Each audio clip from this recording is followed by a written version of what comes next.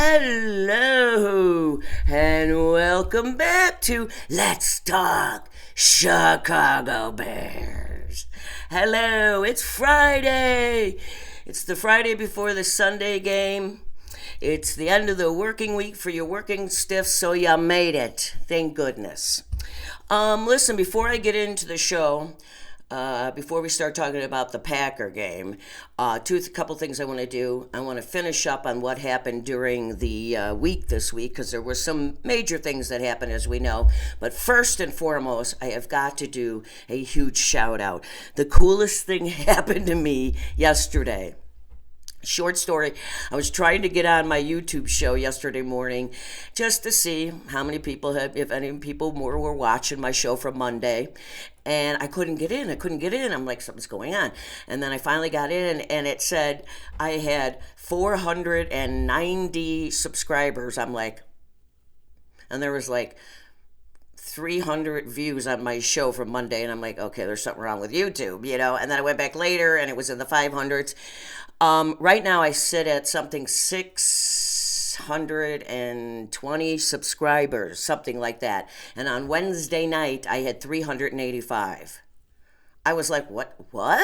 So I couldn't figure out what was going on. I mean, I was like, there's something wrong with YouTube. I've been sure. I've been doing this show 5 years, and I've been in the 300s for a while, subscribers. And I appreciate the loyal viewers, because I have some loyal ones that have been with me all 5 seasons. I've been doing this show 5 seasons. And I found out this really super cool guy that does 2 shows in Chicago. His name is Greg Braggs, Braggs. He does 2 shows. He does Braggs in the Stands, and then he has another show. They're all capital letters, CHGO.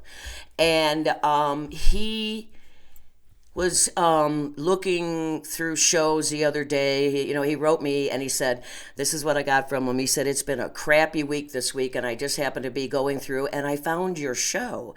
And he goes, and I loved it. He said, it's authentic, it's real, it's passionate. Yeah, I'm all those things. And he apparently sent out a shout out on his capital CHGO show, Shy Go, and I got all these subscribers in the last 24 hours. I went from 385 to 620. I'm speechless, and I am not speechless. I'm a person who's never speechless, and all I can say is thank you, people. Welcome to new subscribers, new viewers. Welcome to our show. It's a fun show. I'll just give you real quick, because some of the people already know who watch. I don't want to bore them. I do shows on the Friday before the show and the Monday after the show, or, depending on if they play Thursday, do Wednesday, you get it, before and after. And usually my after shows get more views because, especially this season. But, so welcome. Just welcome. I want to give you a real quick introduction to me. I'm Lynn. I'm 66 and a half years old. I've been a Bears fan since 1975, 49 years. Yeah. And I mean, probably in those 49 years, I've missed maybe 10 games. Seriously, I'm not bullshitting you. I love the Bears. And, through all those years, and I have seen it all, people. Seriously. I am from Illinois. I no longer live there. I live in Las Vegas now. I know, crazy, isn't it? I moved out when I was 59, over 7 years ago. My son came here 2 years prior. I only have one son. My husband had passed away many years ago at a young age, so I'm on my own. My family pretty much all left Illinois. We all got the hell out. So in January of 2018, I moved to Vegas to be near my only son. And I love it here. I really do. It's a great community, great weather. And I'm coming to you from Vegas. But I am always and always will be a Chicago Bears fan, and I'm sorry, people, I'm a White Sox fan too. My husband, though, was a Cubs fan, so we've got both sides, and my son loves them both, Sox and Cubs. So that's just a little bit about me. I've got a good backstory, but we're not going to really get into it. I did live in Lake Villa I lived in Prospect Heights until I got married when I was 22, and then we ended up in Lake Villa. We bought a house and lived there until I left in 2018. 2018. So that gives you a little background on your host. And I like to have fun on this show. I talk stats. I don't go over schemes and this and that. I'm not like that. I leave it for the other shows. I leave it for Greg Braggs and his show, right? Shows. I do some of the stats, and then I talk about the Bears games and my opinions. And, I've got a lot because I've seen a lot. So come on board. Today is Friday. On Fridays, we talk about the upcoming game. But first, let's finish up what happened during the week. Number one, they fired Shane Walden. Yes.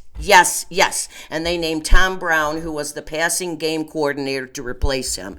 Something had to be done. We know that after last week's game. I felt Flus should have been fired after the Washington game, after he blamed his players. And I said it then, the day after that game, and I'm going to say it till whenever, until they prove me wrong. That's when he lost the team, when he came out after that Hail Mary and threw his players on the bus, when we all know he should have done two things on the last two plays. I'm not going to go over it, but it was on the head coach. He should have called timeout. There should have been different play called, and it should have never happened. We should have won that game, and we should have beaten Arizona and Washington. Arizona and Washington were beatable teams, and the Bears should have beaten them. And I think if that Hail Mary game never happened, we wouldn't be 4-5 right now. I'm not sure what would be, but I know we'd be on the winning record. So we talked about Walden getting fired. It had to happen. The Bears had to make a statement, and now you're hearing all these things like he was kind of a pussy, he was too nice, he wasn't hard on the players. Well, what? So whatever. And then there's been a ton of rumors coming out of Hellas Hall this week about how some of the players they went to management and the coaches and said, maybe you should sit Cabe and put Badgett in there. And no one's saying this because they don't think Cabe is the future, because he is. I call him Cabe. Sorry. That's what I do. I'm terrible with names, so I just kind of make up names, so get used to it.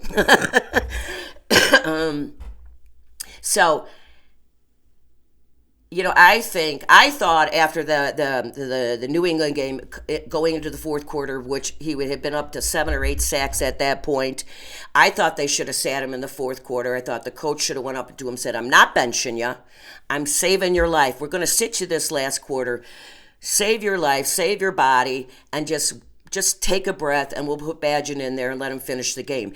And you never know what would have happened on that game, because they practiced New England for Cabe. You put a whole nother quarterback, which Badgett's completely different than Cabe. You never know what could happen in that game. But I wanted to maybe sit him to get his head together. So here's a question I'm going to throw out to you guys, and you can answer in your comments. Do you think the Bears should maybe sit Cabe for a game or two, let him get his head clear, let him sit on the sidelines, because he's been in since day one, and let him watch the NFL game from the sidelines? Let him hear the game calls, the plays, and let him see how they play out from the view from the sideline. Put Badgett in there. I mean, I think a lot of people think we're not going to win many games the rest of the year, if none, so we have nothing to lose at this point. I feel like maybe we should sit him, just for his own good. I'm thinking about our future. I love the kid. I'm not benching him. There's a difference. But what do you guys think? Sit him? Let him rest a little bit, watch the game and learn, and start Badgett, or keep him in there and let him go? There's been some experts out there who have been saying that the Bears have put way too much on Cabe. He's changing plays at the line of scrimmage, which makes him a smart dude, but is he really ready? I think he's got too much on his shoulder. He's young, and, I think Flus has put him out there to save his job, Flus's job. He's trying to, they know this could be a franchise if they handle it right, which so far they have not, but that's what I think they're doing. Flus and Poles are putting him in there because they want to save their jobs, and Flus should be gone regardless at the end of the season. He is not a good leader. He can motivate, and that's about it. But he throws people under the bus, and he's done it many, many times. He cost us the Indy game. He cost us the Washington game this year. He cost games last year. He can't make a decision to save his life, so he needs to go too. All right, I'm not going to talk about it anymore. And the other good thing they did was they finally released Nate Davis, the O-lineman, which that was another bust by poll. That guy was a big waste of money. He was hurt all the time. He was on the sidelines more than he was in the game. So, you know what? What does he care? He gets paid a shit ton of money, but that guy's career may be over because it just sure seemed like he didn't want to play anymore. So shame on you, Nate Davis, but sayonara. This is a quick couple quotes from Tom Brown, who was the passing game coordinator and now is our OC. And this is what he said. At this point where we're in the season, you can't reinvent the wheel. I'm not going to even try to do that. It's about being able to try and find the best way to be effective with our playmakers. To be able to mirror what we do with our formation and our motion standpoint. Everything for me starts up front. It starts with the run, hello, and we have to attack, knock. We have to go forward mentally, and we have to build off of that. I like that. You know what? I like hearing him because, I will talk about the run a lot. I'm a big advocate of the run and how it helps your team. So, you know what? Let's not beat a dead horse. I don't want to waste too much time. I want to get on the current game. But that's what happened in Hellas Hall. We needed the shakeup. It happened.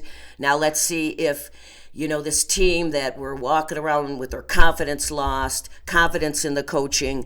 Let's see if maybe this can pick them up a little bit and help, and especially our offense. So let's get into this. This is the Packer week. Of course, after this 3-game skid, the first team we have to place is the Packers. I would have rather had Minnesota, Detroit, 49ers or Seattle, any one of those that are still on her, but not the frickin' Packers. Because all I want to do is beat the Packers! All right, so the Packers and the Bears have played 208 times, including 2 postseason games. The Bears have 95 wins, and the Packers have 107. They have also had 6 ties. So basically, the Packers are leading 107 to 95 with 6 ties. I'd like to change that. Let's make it 96 for the Bears. And I think this is one of the oldest rivalries in the NFL. And we all know how much we hate the Packers. They are our biggest rivals. When I lived in Illinois, I lived in a town called Lake Villa, and it was 10 minutes from the border of Wisconsin, and it sucked because there were so many Packers fans around there. I hated it. So, but I'm going to talk about injuries up front now. I usually do at the end, but it's pretty important. I'm doing this show early Friday morning, so I will not have the final today's who played and practiced and who didn't. But this made me so sad. Brisker, number 9, has been finally put on IR. I'm really concerned about number 9. He is a huge player. When him and Gordon are in that backfield together, they cause so much trouble, and Brisker is always up trying to get in the quarterback's face. People don't know how underrated Brisker is, and it's showing because our interceptions are down, and I believe that has a lot to do with him, between him and Gordon. I mean, so good. The concussions, he's missed 5 games. This will be his 5th game. I think he has to be on IR at least 3 to 4 more games, so he's probably done for the season, and it breaks my heart. At the end of the day, it's more important for his health because he's a young man, and he doesn't need mush brain. So that's more important than football, but what unfortunate, because he is a diamond in the rough in the backfield. All right, these 2 players did not participate yesterday, and of course they're both O-linemen, which just makes this problem worse. 72 and Meduzier, can't say his name. He did not practice Wednesday, Thursday, and Jenkins, number 76, did not practice. He, I believe, has a sprained ankle, and sprained ankles, depending on high or low, they're painful.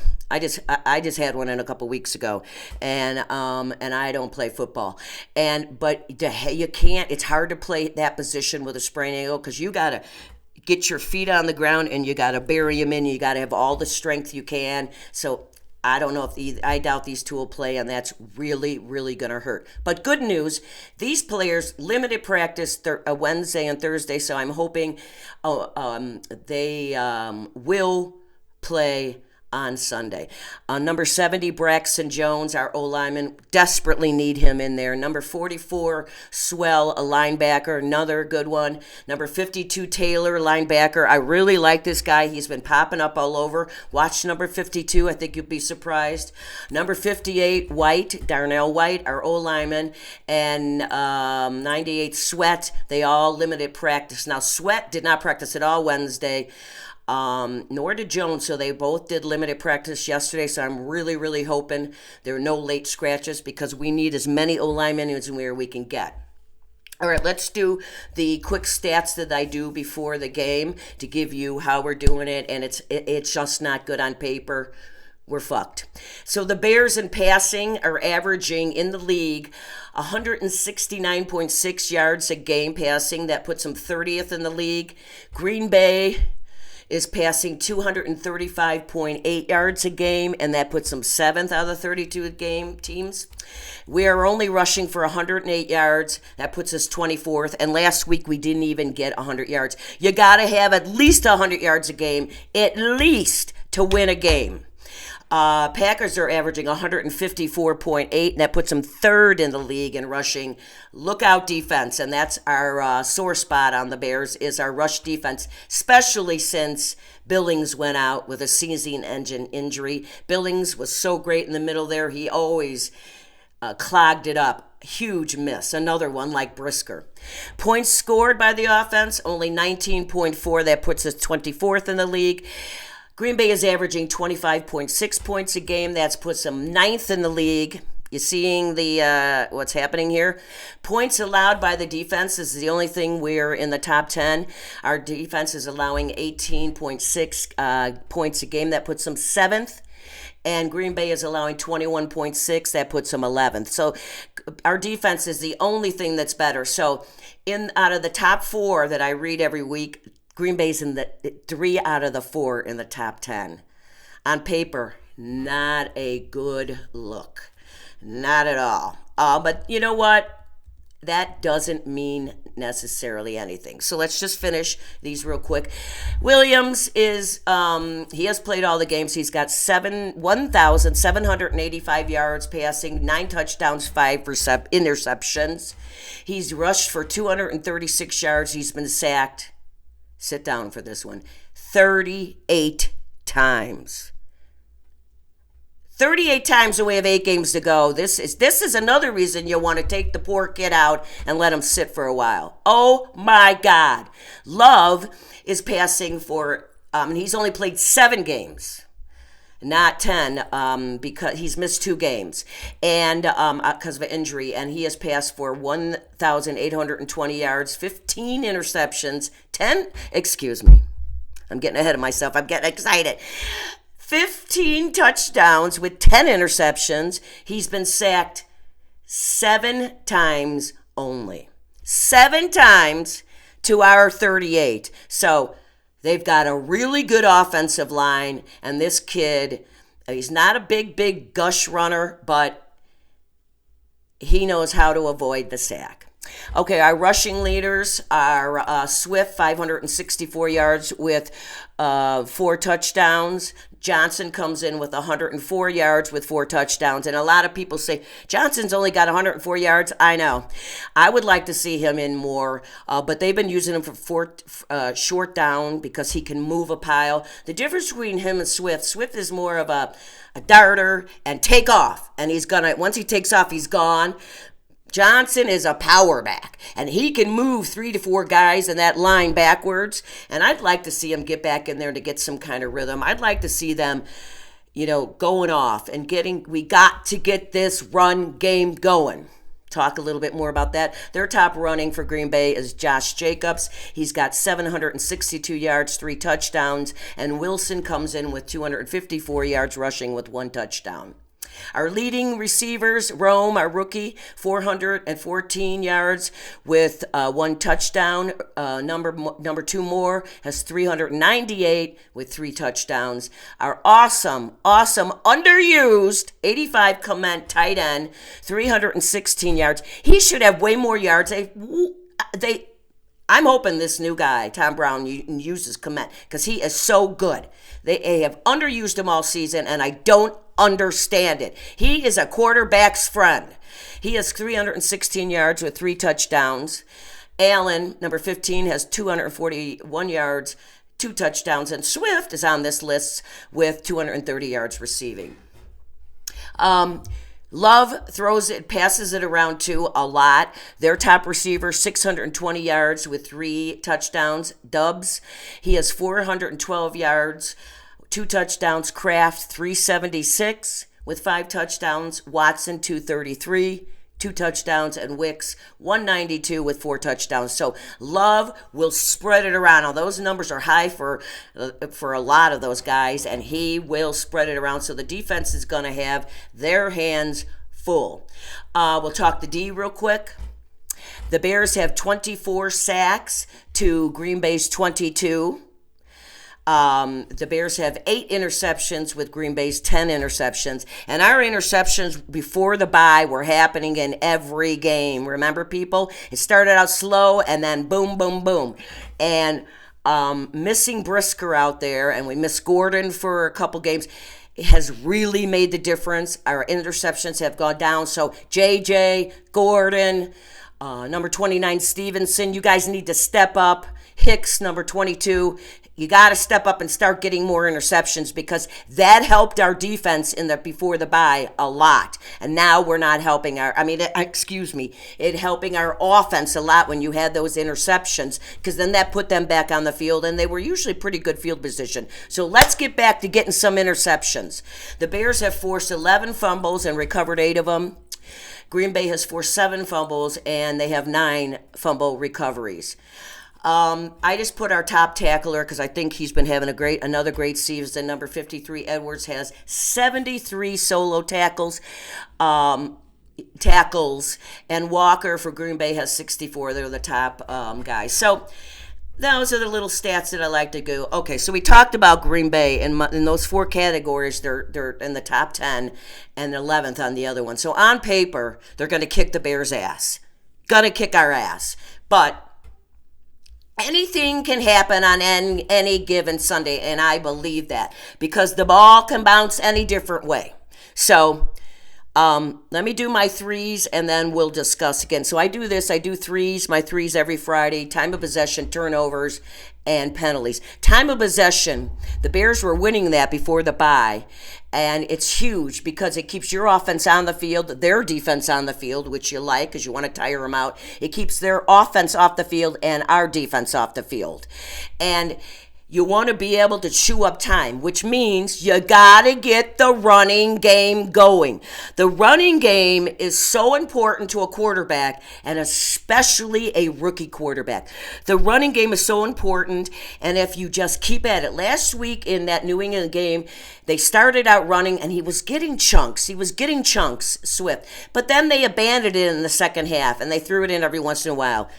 Unacceptable. You have to be consistent. And I'm going to give you an example. Last night, that game against Philadelphia and Washington, Philadelphia has Barkley, and they were pounding it in the first, and he wasn't getting them. He was getting, so in the first half of the game, before the halftime, I think he had like 60-something yards. And for Barkley, that's not a lot for the first half because he's second in the league in rushing behind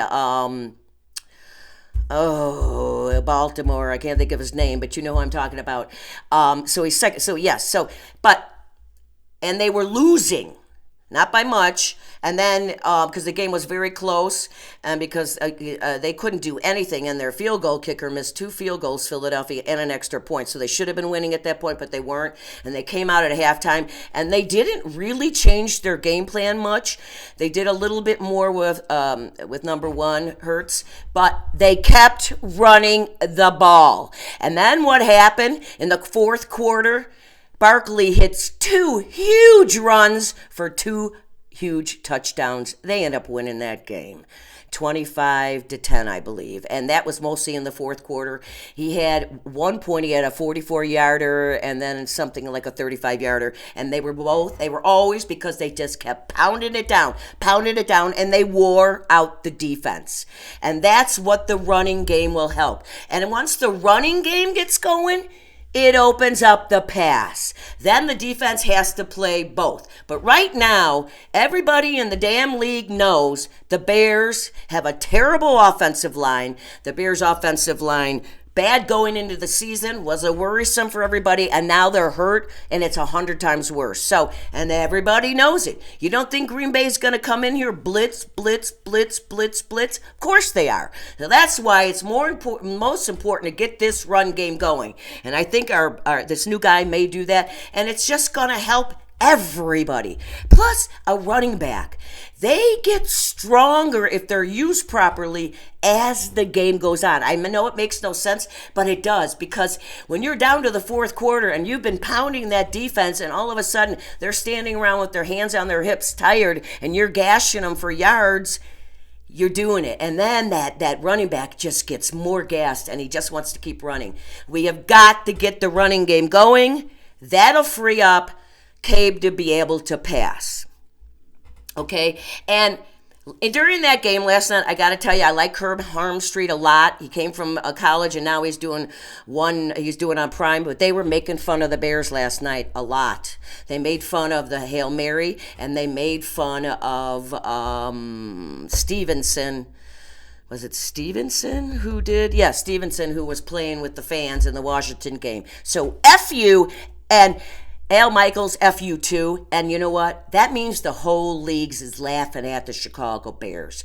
The Chicago Bears used to be one of the most respected organizations in the league. People wanted to play for the Bears.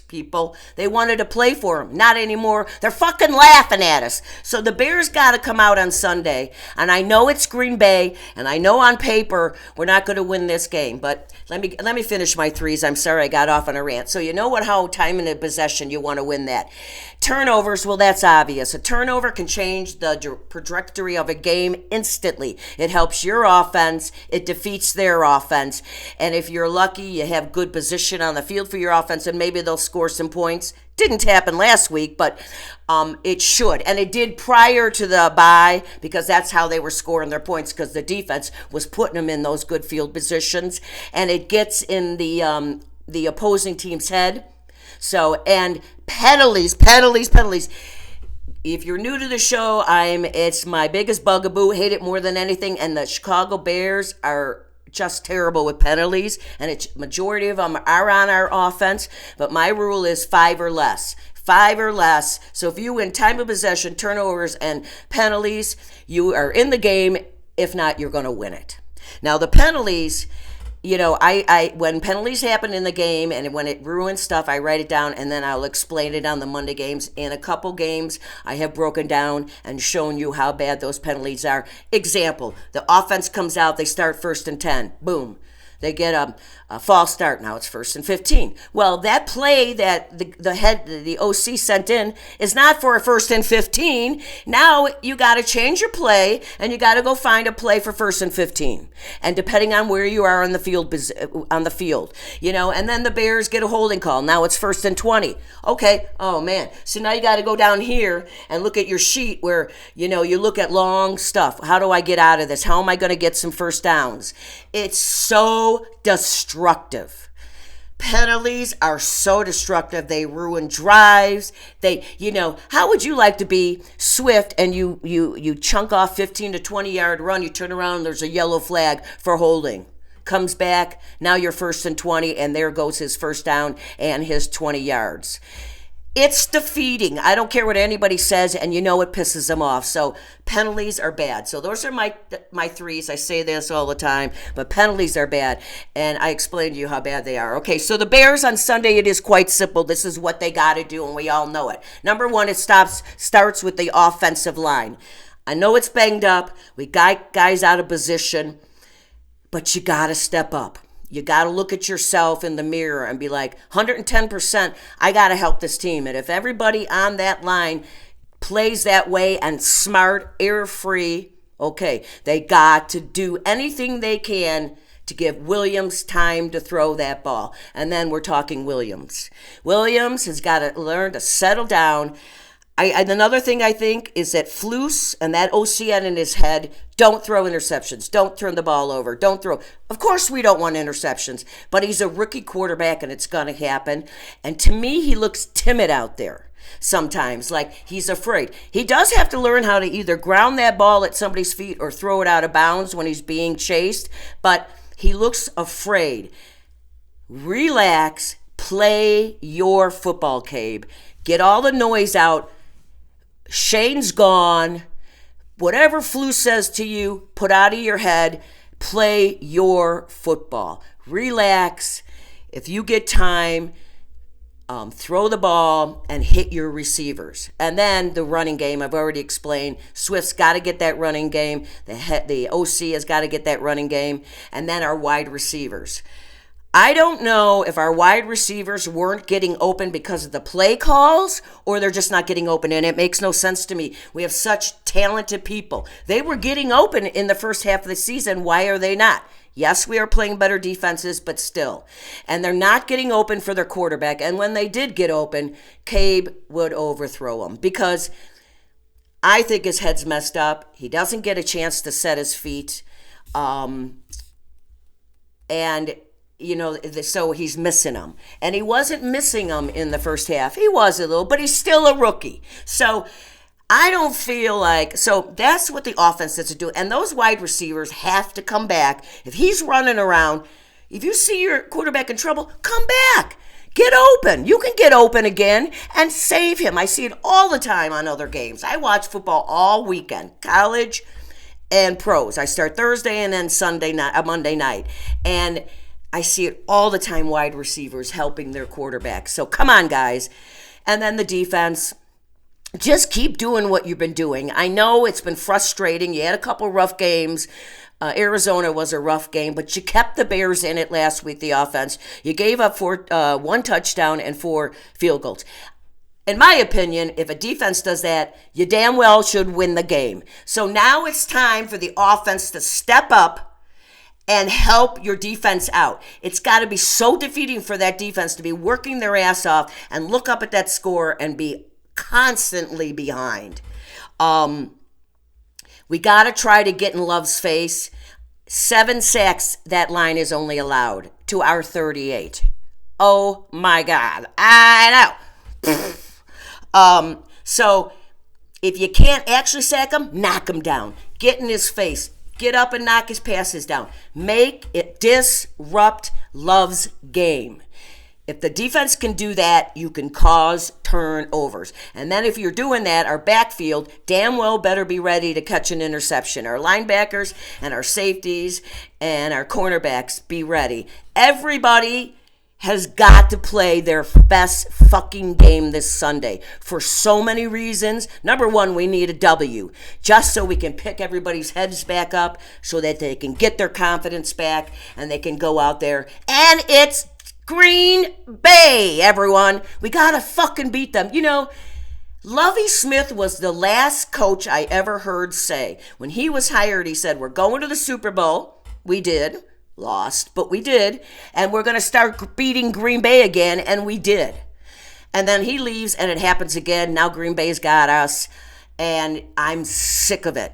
I want to beat Green Bay, and I want it to happen Sunday. Everybody needs this game. So it's simple. The Bears have got to come out, play error-free, smart, intelligent football. And you got to play your game, man, and ignore the outside noise. You're going to have, the fans are pissed, Bears. They're pissed. You know, we can't really, boycotting the game does no good because you already purchased the ticket, so you might as well go. And when you're there, fans, I hope everybody get on your feet and yell when their offense is out there. Quit sitting on your asses. You can drink a beer standing up. Trust me, I do it all the time. And you yell and scream and make it so they cannot hear when they're calling plays. And maybe we can get some delay of games, some false starts, and put unnecessary penalties on Green Bay. We need anything we can to get this game. We need to win this game for fans. And the Bears players need it. They're fucking laughing at the Chicago Bears in the league and all over the United States. And, I know after this last game, everybody said, here we go again. And believe me, I was one of them. I'm not a big fan about firing. I like to give and this and that. I never kind of bought in on the Bears should sell the team. I don't like that kind of talk. I put it out. I don't like money talk. I want to just watch the team and football. But I must say, after all of these years, and especially the last couple of years, maybe it's time, Virginia, you sell the team to somebody who really wants to win and only cares about the money and wants to put a winner out there. I really drank that Kool-Aid, and I thought going into this year, the Bears were going to make a huge step forward, and they have not. I was hoping for 500. So, again, I've said this all season, and then you just jump to 2025. You get that offensive line fixed. Polls, and then you go and you fill here and there and draft and whatnot and off-season free agency to make the team even better. But you've got the talent now and you're fucking blowing it. And I don't know. So, and I wanted to say I've got my Kyle Long jersey on today. I was hoping it would give some good juju to the offensive line. I've got 10 jerseys and not one of the players are on the team anymore. That's the problem about football these days. Back in the good old days, like a Walter Payton, they stayed on the team, right? So, anyways, so it's simple what the Bears have to do. I can't even say it, but I really want this damn win. Come on, man. It's the fucking Packers. There's nothing worse, okay? My brother-in-law is a Packers fan. It kills me. Even if we finish with no more wins but beating the Packers, okay, I'd be happy. I know. I'm a Bears fan. You settle for such less. You hope for more and deal with the less. And it sucks, but it's true. I mean, why do you think I have so much white hair? Well, this side's my husband, the other side's my son, and down the middle is the Chicago Bears. So it's simple what we got to do on Sunday, and we really, really need this victory. It is so important, and on paper, it looks like the Bears don't have a freaking chance, but anybody can be beaten on any given Sunday. It's happened many times. The way the ball bounces, turnovers. Let's hope that the refs call a fair game, because usually against Green Bay they don't. I saw a bunch of misses in last night's games. I don't know what's going on with the refs. I don't buy they're being bribed, so don't start that shit with me. But let's hope we have a good, clean game. And the Bears, I don't care if the Bears win by 1 point. Just get us a damn W, okay? And again, thank you all for watching my show. Just so you all know, I do a Friday and a Monday show. I always do whatever happened on Sunday on Monday. So, again, I only knew the injuries from Wednesday and Thursday. Sorry, I'm doing my show very early today because I'm going out to have some fun with a friend. We're going to go out and have some fun today. And because I'm a Bears fan and I deserve it. So, really, thank you, all the new subscribers and my loyal subscribers that I've had for 5 years. They're still here. I walked around smiling all day like I was somebody important, getting all those subscribers. I made it over. I've always had a goal for the last 5 years to get 500 subscribers. That's all I cared about.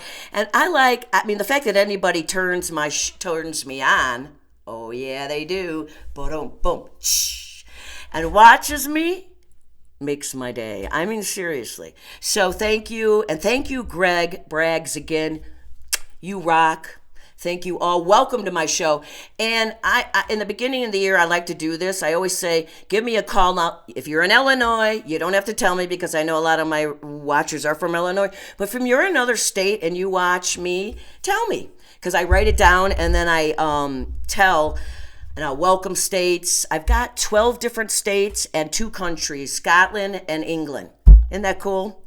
So thank you all.